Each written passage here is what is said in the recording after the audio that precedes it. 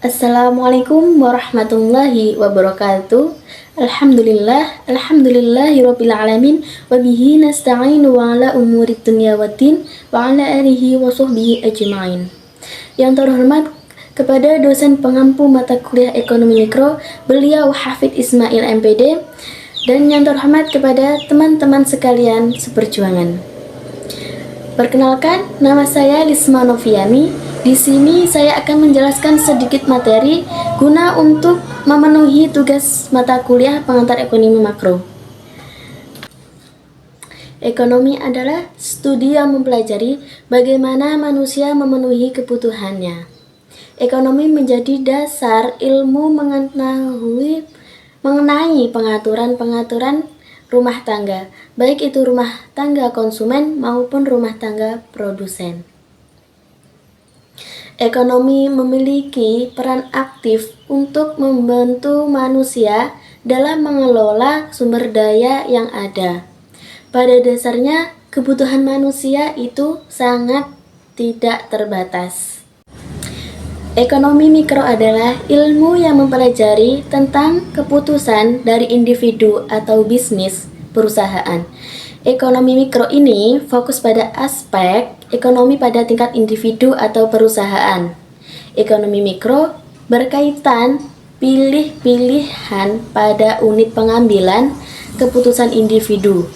Oleh karena itu, ekonomi mikro mempelajari suatu yang tidak akan jauh dari persoalan perilaku konsumen, teori perusahaan, biaya produksi, teori produksi, dan lainnya. Sedangkan ekonomi makro yaitu berkaitan dengan keputusan negara atau pemerintah. Ekonomi makro adalah ilmu yang mempelajari tentang kinerja, struktur perilaku, dan pengambilan keputusan ekonomi secara keseluruhan atau agregat. Ekonomi makro mencakup aspek agregat yang luas, seperti masyarakat, sekumpulan orang-orang yang mendalami suatu negara atau wilayah. Ekonomi makro memandang ekonomi secara keseluruhan. Ekonomi makro berkaitan dengan perekonomian secara agregat seperti inflasi, pendapatan, atau luput nasional dan pengangguran. Perbedaan ekonomi mikro dan ekonomi makro. Ekonomi mikro yaitu mempelajari ekonomi dari tingkat individu, grup, atau perusahaan. Oleh karenanya, ekonomi mikro fokus pada isu yang terkait dengan individu atau perusahaan, sedangkan ekonomi makro mempelajari ekonomi pada tingkat nasional secara keseluruhan. Ekonomi mikro dan ekonomi makro mempunyai beberapa perbedaan dalam fokus isu yang dibahas. Tujuan mempelajari ilmu ekonomi, manfaat dan tujuan mempelajari ilmu ekonomi, yaitu memberikan masukan pengambilan keputusan terhadap tindakan baik secara lokal, nasional maupun global.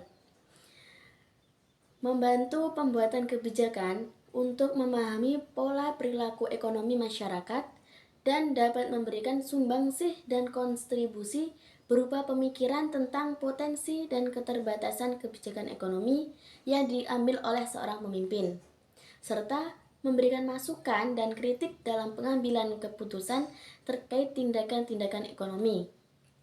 Meningkatkan kepekaan seseorang terhadap situasi baik secara lokal, nasional maupun global. Mampu memberikan pemutusan prioritas kehidupan yang mampu memberikan pengertian pada potensi keterbatasan kebijakan ekonomi. Nah, asumsi yang digunakan dalam ilmu ekonomi yaitu 1. Ceteris paribus atau Onderding-Bergquil. Artinya, lain halnya sama dengan mutatis mutandis yang artinya suatu berubah, maka lainnya juga berubah. Yang kedua, rational of human conduct, yang artinya sikap rasional tingkah laku manusia. Jika diadakan pilihan di antara berbagai cara tingkah laku, maka seseorang akan memilih cara bertindak yang menurutnya rasionalnya akan memberikan faedah. Itulah materi yang bisa saya sampaikan. Kurang dan lebihnya saya mohon maaf. Saya akhiri. Wassalamualaikum warahmatullahi wabarakatuh.